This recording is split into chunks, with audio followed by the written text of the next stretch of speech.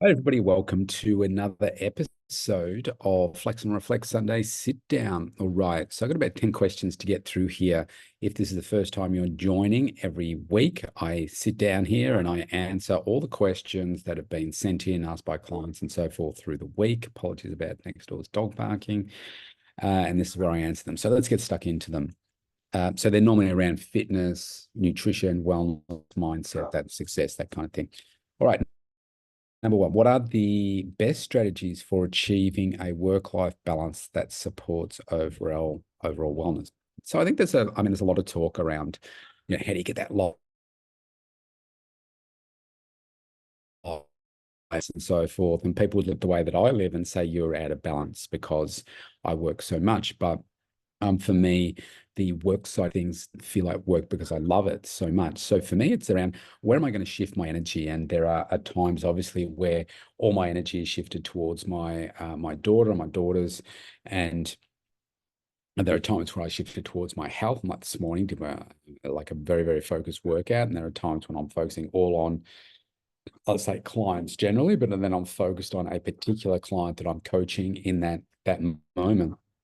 And there are times each day where I make sure that I take some time out to ensure that I'm doing the things to fill myself back up that make me feel great, to give me energy, because every single day we're all like this, but I like to think of it like a bucket of energy and love and everything that we've got.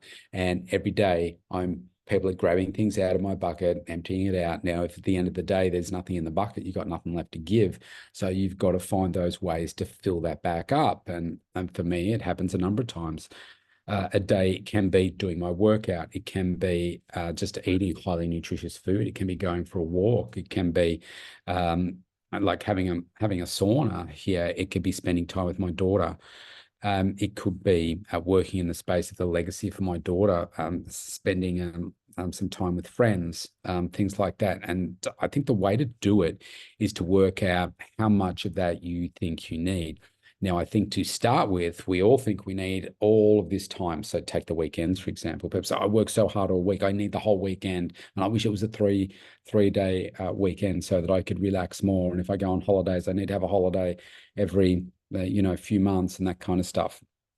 And I think we talk ourselves into that, but the reality is we can work a lot more and we can work a lot more smarter. And if we all followed our passions, then we would be working way less. We'd be just really loving what it is that we did. But I think in your own journey, you'll find out, well, what are those things that really do that for you? It might be reading a book or doing something, but finding those snippets of time where you can spend some time, even if it's 15 minutes.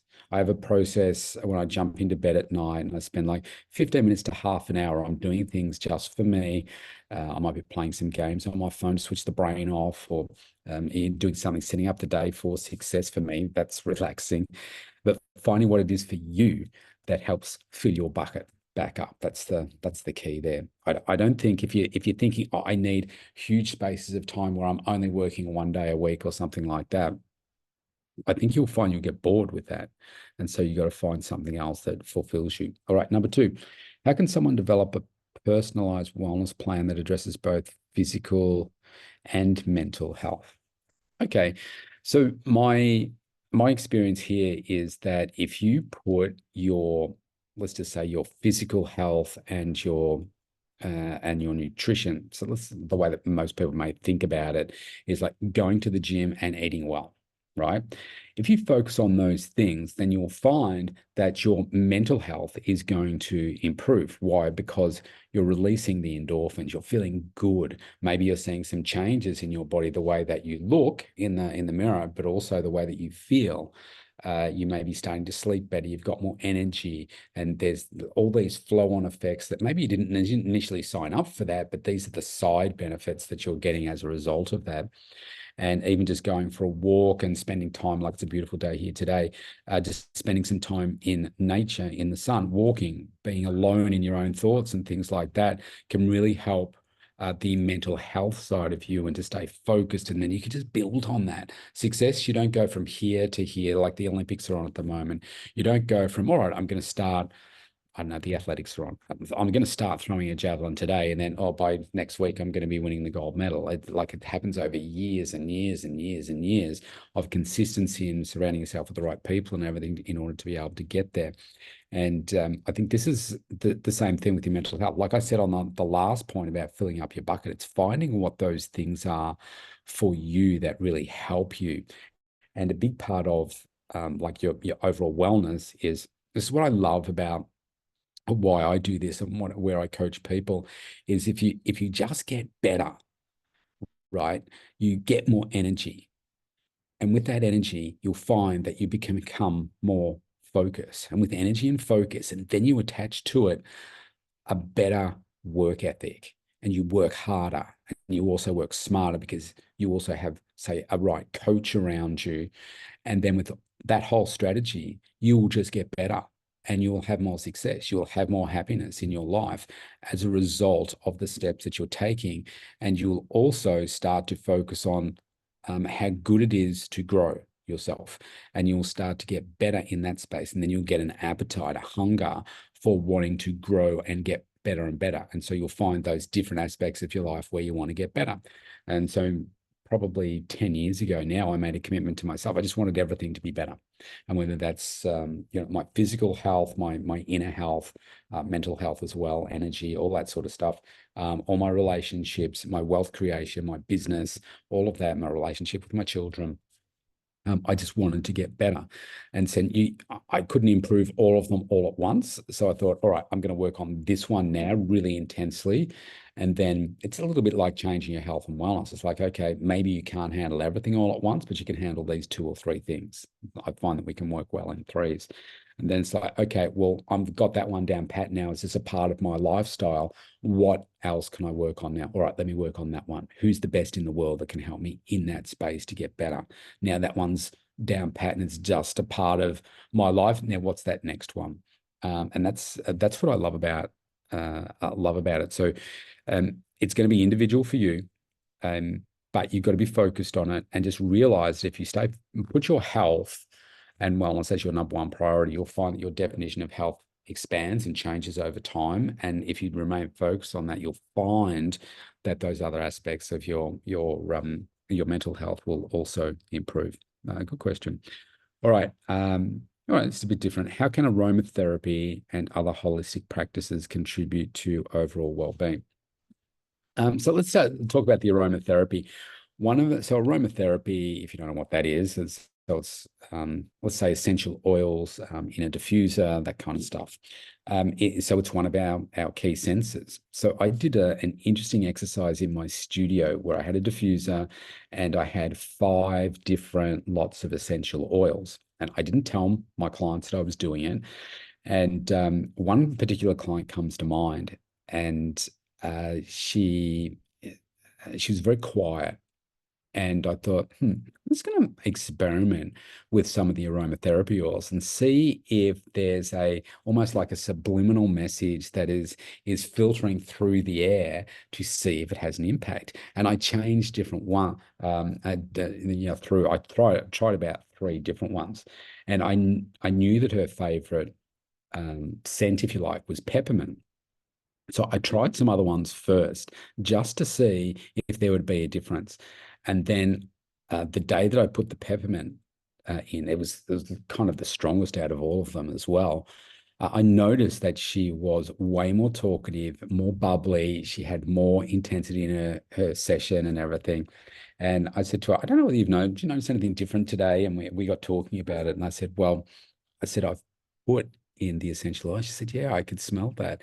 And it was almost like an invisible weapon that I could use to help it. So it really does work. Now, I also have lavender oil. I would never put lavender oil in the diffuser in the studio. Why? Because it's supposed to be calming, relaxing, and it's going to make you sleepy. So it's a good bedtime one.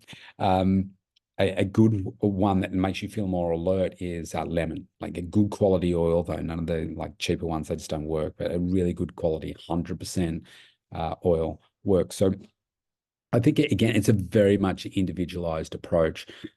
Me personally, I love to have a hot bath, and like I would put say the lavender, I'd normally have it at night time, so to help me relax me for bed and so forth. So I'd usually use lavender oil, and it does work.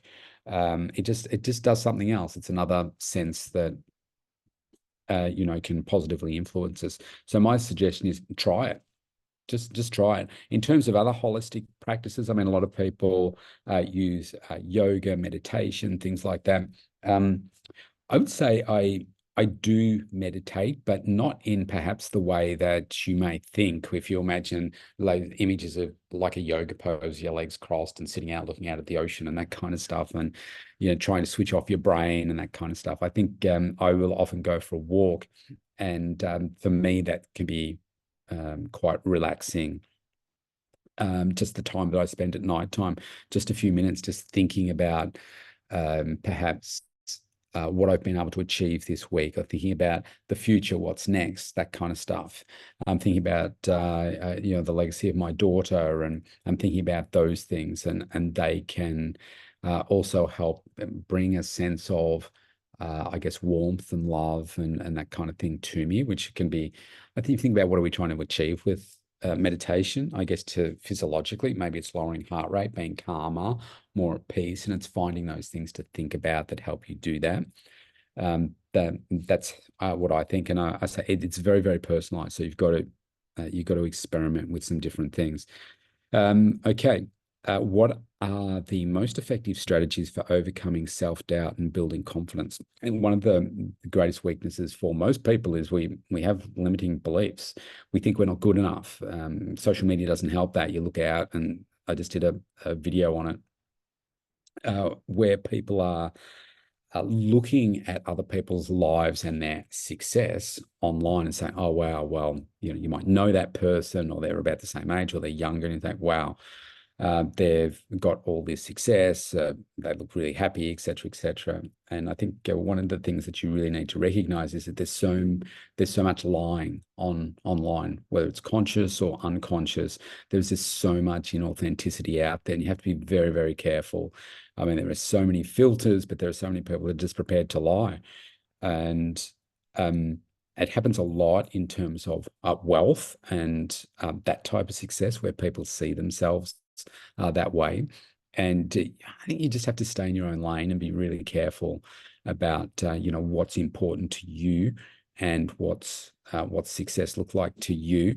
I'm still stretching yourself, but if you've got the right coach around you, you'll find that they won't give you any BS about, oh yeah, you're doing a great job if you're not, and they'll help find out what your weaknesses are and your strengths, and turn your weaknesses into strengths, and keep growing your strengths, and you'll become the best version of yourself. I think the key thing is results don't lie, right? So if you have no results, then you will find that you may be tempted to make stuff up. But if you don't have results yet, just keep putting things out there, and just be consistent, and you will find that the results start to come. I think you do have to have a sense of believing in yourself. Having said that, I know, or I've met a bunch of people that believe they're successful, but they're following a wrong strategy. So again, I'd say, okay, you're either uncoachable, or you don't have the right coach around you to say that, well, do you know what? That's just not going to work for you. It's a little bit like in this day and age. Yeah, I'm going to create a mobile phone. It's like, yeah, okay, it's been done. Unless you're going to do something fundamentally different to what the existing mobile phone is, you're behind. So yeah, that would be my perspective there. Okay, how can someone cultivate a growth mindset and use it to achieve long-term success? This has got to, again, those are all very individualized questions, I suppose, but it's got to come from within you. You have to be hungry to get better. And my approach is this: every single day, I say to myself, what can I do today to be better than yesterday in a particular area of my life? My health and wellness is my number one focus. So even with that, even though I'm like in the top 1% of health of my age, I'm like, so what can I improve? And that may imply that, oh, well, I need to be taking a different supplement a day, a new supplement or something like that. It might be as simple as, well, I woke up with a stiff neck. It's like, oh, what do I think caused that? Did I go to bed too late? Am I tired today? Yeah, I am. So, what went wrong there? Are my iron levels a little bit low? Am I drinking enough water? Did I get my exercise in today? Did I get my steps in? Did I do my strength training? Where's my headspace at? Is there something else in there that I need to remove? Is there some toxic energy around me? Like I look at all of those different things. And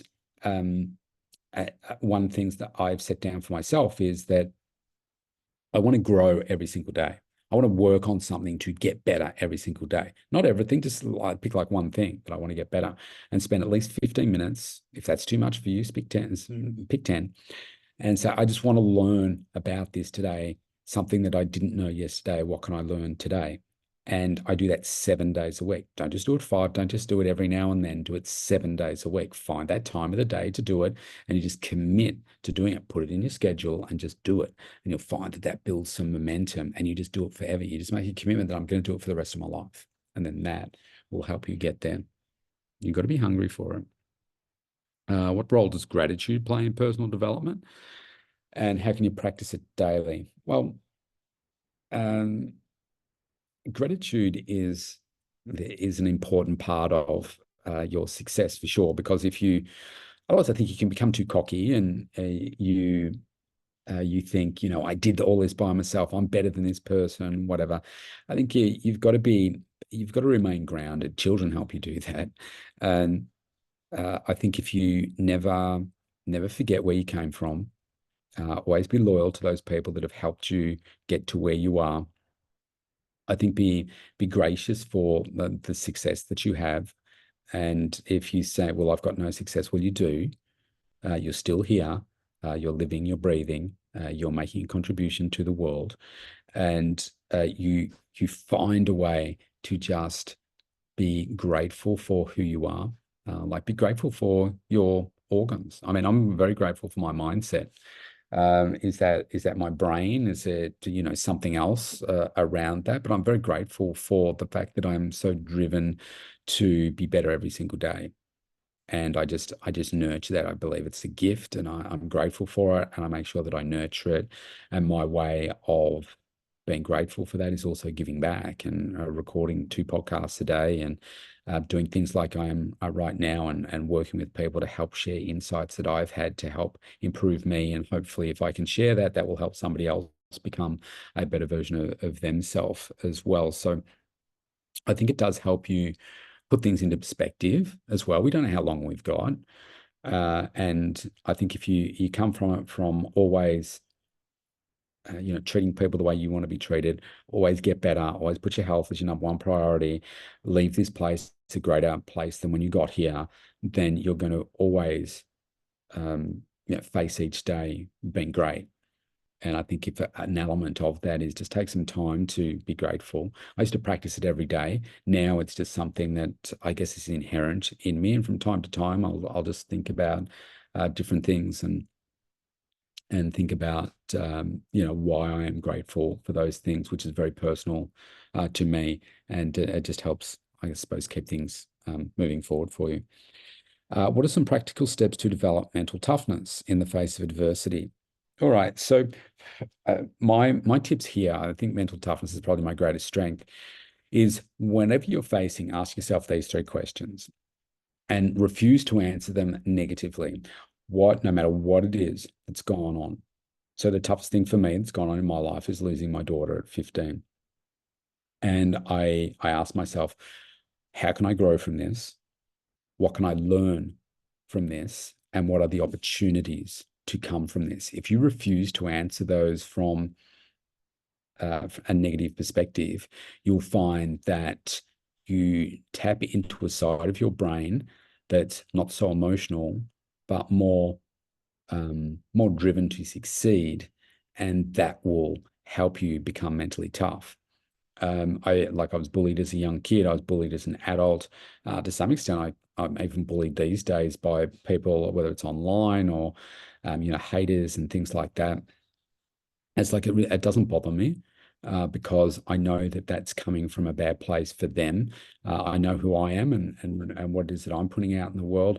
And so, and I ask myself those 3 questions, And yeah, I might quickly check in and say, so why is that happening? And just do a little self audit of, have I messed up? Do I need to take ownership for something, or is it just something else that's just on that person? Because people will just hate for the sake of hating, and to make them feel better, or to purposely bring you down.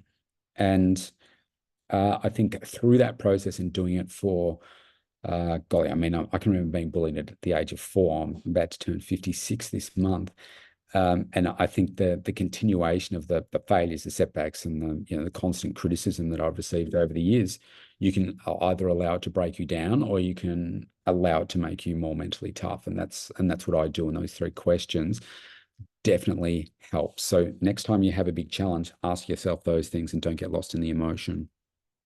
All right, 3 more. What are the top habits that highly successful people swear by?